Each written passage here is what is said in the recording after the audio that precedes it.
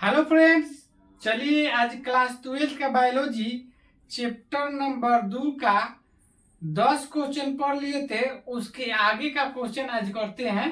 Question number 11 से आज शुरू करेंगे। क्वेश्चन नंबर 11 क्या कह रहा है, चलिए आप लोगों को दिखाते बताते समझाते सब हैं।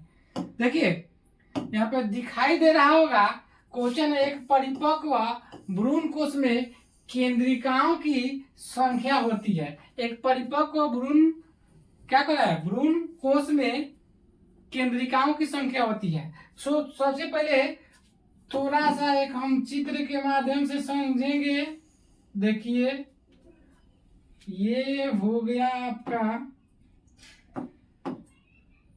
1 2 3 1 2 3 1 2। पता होना चाहिए कि भ्रूण कोश हो गया, भ्रूण कोश हो गया। और भ्रूण कोश में आप लोगों को मालूम होना चाहिए कि क्या पूछा है। भ्रूण कोश में पूछा है केंद्रिकाओं की संख्या। तो यहाँ पे दिखाई दे रहा होगा कि 3 गो इधर लौकात है, 3 गो इधर लौकात है और 3 गो इधर लौकात है। तो 3 3 6 हुआ और 2 गो है बीचवा में लौकात है। तो 6 और 2 कितना हो गया, 8 हो गया। तो आप लोगों को ऑप्शन सुनाते हैं।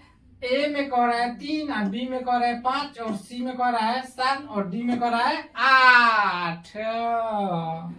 अब देखिए यहाँ पे आंसर दिखाई दे रहा होगा कि ऑप्शन नंबर इसका क्या हो जाएगा, डी आंसर हो जाएगा। क्या हो जाएगा, डी आंसर हो जाएगा। कहाँ 3 गो है, 3 गो है, 6 गो और 6 2 8 गो दिखाई दे रहा होगा आप लोगों को।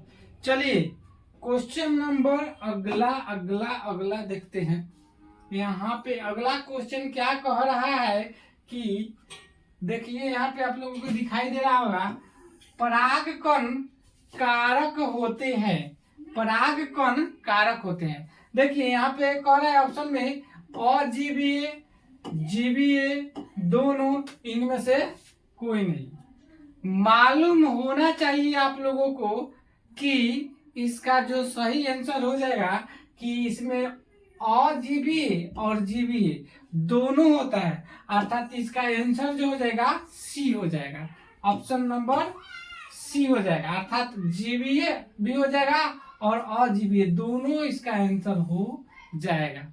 ठीक है, चलिए क्वेश्चन नंबर आज का 13 क्वेश्चन देख लेते हैं।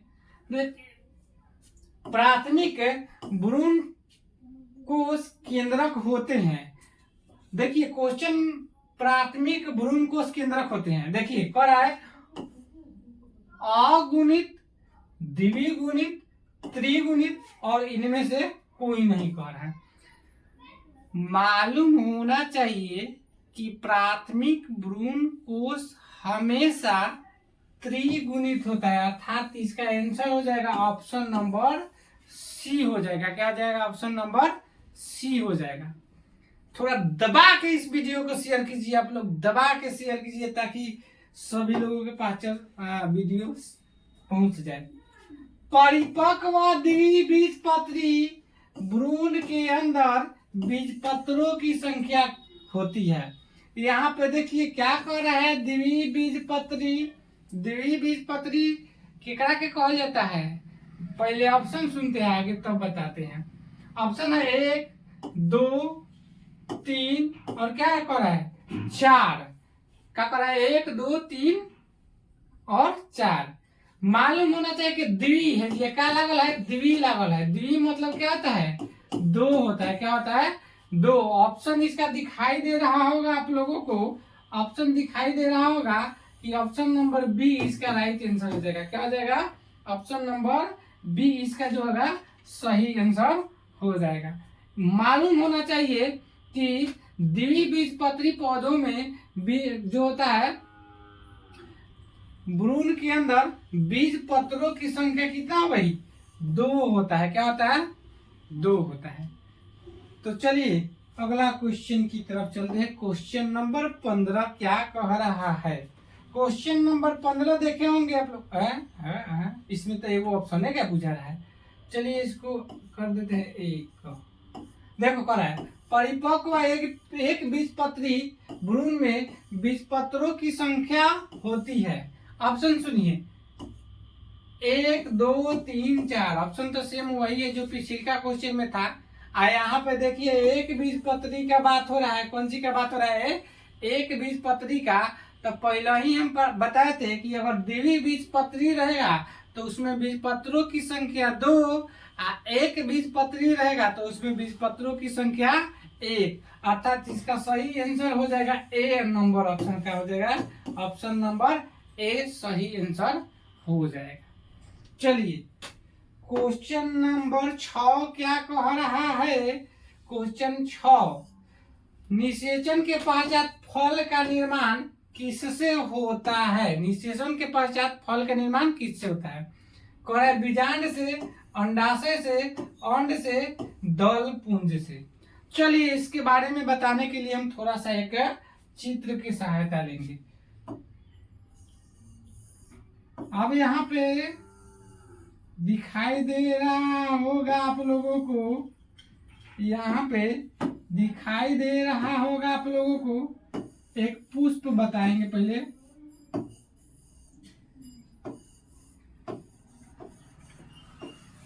यहाँ पे दिखाई दे रहा होगा पुष्प। अब देखिए इसका थोड़ा नामकरण हम करेंगे। तो देखिए यहाँ पे जो संरचना दिखाई दे रहा है आप लोगों को, यहां से देखिए ये इस सब में मिला के इसको कहा जाता है जयांग कहा जाता है। क्या कहा जाता है? जयांग कहा जाता है। जयांग पता होना चाहिए कि पुष्प का मादा भाग होता है। क्या होता है? मादा भाग होता है। जयांग के बारे में पता होना चाहिए।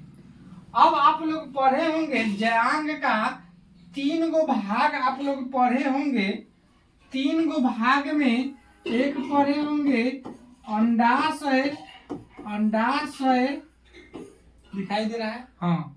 वर्तिका, वर्तिका आएगो पढ़े होंगे वर्तिकाग। 3 भाग इसको बताए थे। थोड़ा सा इसको हम छोटा कर लेते हैं।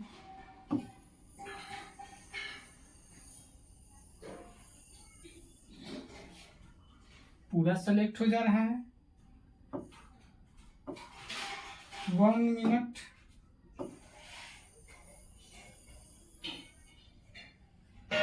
वो चलिए छोटा नहीं होगा क्योंकि सेलेक्ट हो जा रहा है, पूरा स्क्रीन सेलेक्ट हो जा रहा है। तो चलिए, हाँ, तो 3 भाग हम लोग पढ़े थे।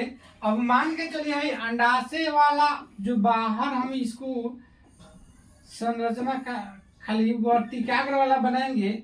तो इस सबसे ऊपर का भाग वर्तिकाग्र होता है। हाई वाला भाग पहले लिख देते हैं, लिख करके बताते हैं। वर्तिकाग्र एकरा के कहते हैं वर्तिका, और इसको कहते हैं अंडाशय।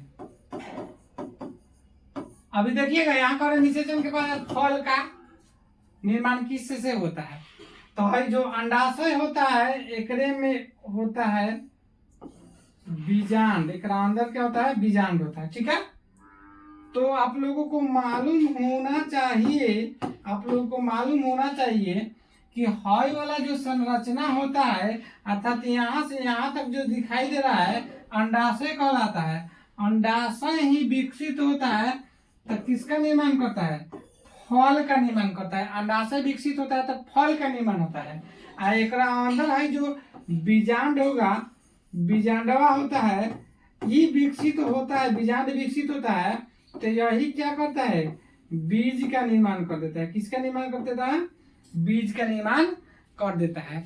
तो आप लोगों को अब इस दृष्टि से इसका आंसर मालूम हो जाना चाहिए कि जब फल का निर्माण पुष्प करता है तो उसका अंडाशय विकसित होता है तो फल का निर्माण होता है, और बीजांड विकसित होता है तो बीज का निर्माण करता है। अर्थात इस दृष्टि से इसका आंसर क्या हो जाएगा? ऑप्शन नंबर बी हो जाएगा। ऑप्शन नंबर बी इसका राइट आंसर हो जाएगा क्वेश्चन नंबर 16 का।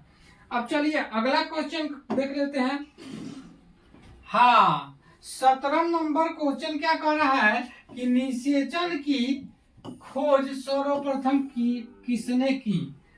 अगर इस चीज को कहीं ना कहीं किसी भी बुक या गाइड या कोनो चीज पढ़े होंगे तो जरूर देखे होंगे। क्वेश्चन एकदम इसको समझा जाएगा VVI क्वेश्चन हर एक बार 1-2 साल के अंदर ये क्वेश्चन पूछबे करता है बोर्ड में। तो देखिए इसका जो सही आंसर है, पहले ऑप्शन सुन लेते हैं। लीवेनहॉक, रॉबर्ट हुक, नवाचिन और इसको करा है मेंडल। 3 ऑप्शन दिया है, 4 ऑप्शन, जिसमें इसका जो सही आंसर हो जाएगा द्वितीय निषेचन के खोज जो किया था नवाचिन किया था। ऑप्शन नंबर क्या हो जाएगा, सी हो जाएगा इसका सही आंसर। चलिए क्वेश्चन नंबर 18 की ओर बढ़ते हैं। बिना निषेचन के फल उत्पन्न होने की क्रिया को कहते हैं। बिना निषेचन की फल उत्पन्न होने की क्रिया को कहते हैं। क्वेश्चन नंबर 18 है, इसका ऑप्शन सुनिए। निषेक फलन, अनिषेक फलन, सत्य फलन और इनमें से कोई नहीं कह रहा है। इनमें से कोई नहीं कह रहा है, तो इसका पता होना चाहिए। इसका सही आंसर हो जाएगा अनिषेक फलन हो जाएगा, अर्थात ऑप्शन नंबर इसका क्या हो जाएगा, बी सही आंसर हो जाएगा। अगर इस चीज को आप लोग समझ पा रहे होंगे तो इस वीडियो को ज्यादा से ज्यादा शेयर कीजिएगा आप लोग। चलिए क्वेश्चन नंबर 19 क्या कह रहा है कि बहुभुजता की खोज किसने की। बहुभुजता की खोज किसने की। ऑप्शन सुनिए। नवाचिन, रॉबर्ट ब्राउन, लीवेनहॉक और क्या कर रहा है, रॉबर्ट हुक कह रहा है। पता होना चाहिए कि अभी एक पहले हम काती बताए हैं, इसका प्रीवियस में बताया है कि किस खोज किया था। 1 मिनट। हाँ, द्वितीय निषेचन का बताया कौन, 19 नंबर क्वेश्चन 19।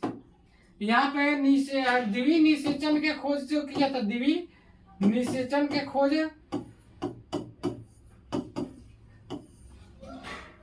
जो किया था नवाचिन ने किया था। रॉबर्ट ब्राउन जो है केंद्रक का खोज किया था, कोशिका में केंद्रक का खोज किया था। लीवेनहॉक यहीं पे देख रहे होंगे बहुभ्रूणता का खोज किया था, बहुभ्रूणता का खोज लीवेनहॉक। और रॉबर्ट हुक क्या किया था, कोशिका का खोज किया था, कोशिका का खोज किया था। चारों ऑप्शन का यहाँ पे आंसर आप लोगों को दिखाई दे रहा होगा। तो ये जो है बहुभ्रूणता, तो इसका क्या हो जाएगा, ऑप्शन नंबर सी आंसर हो जाएगा। क्या हो जाएगा, ऑप्शन नंबर सी। इसका देख रहे होंगे आप लोग, बहुभ्रूणता बताए। तो चलिए इसको देख रहे होंगे। नवाचिन द्वितीय निषेचन का खोज किया होगा, रॉबर्ट ब्राउन केंद्रक का खोज, लीवेनहॉक बहुभ्रूणता और रॉबर्ट हुक कोशिका का खोज किया था, रॉबर्ट ब्राउन केंद्रक का खोज किया था। चारों ऑप्शन का यहाँ डील हो गया। चलिए क्वेश्चन नंबर 20 की तरफ बढ़ते हैं। क्वेश्चन नंबर 20 कर रहा है लैंगिक जनन का अंतिम परिणाम होता है। लैंगिक जनन का अंतिम परिणाम होता है। तो देखिए ऑप्शन सुनिए। फल, बीज, भ्रूण और क्या कर रहा है, इनमें से कोई नहीं। तो पता होना चाहिए कि लैंगिक जनन का अंतिम परिणाम जो होता है, इसका बी ऑप्शन नंबर हो जाएगा आंसर। अर्थात लैंगिक जनन का अंतिम परिणाम क्या होता है, बीज होता है। ये था आज का 10 क्वेश्चन। उम्मीद है कि इस क्वेश्चन को आप लोग समझ पाए होंगे और इस वीडियो को आप लोग ज्यादा से ज्यादा शेयर कीजिए। आज के लिए इतना ही, मिलते हैं अगले वीडियो में। तब तक का आप लोग वीडियो को जल्द से जल्द शेयर कीजिए।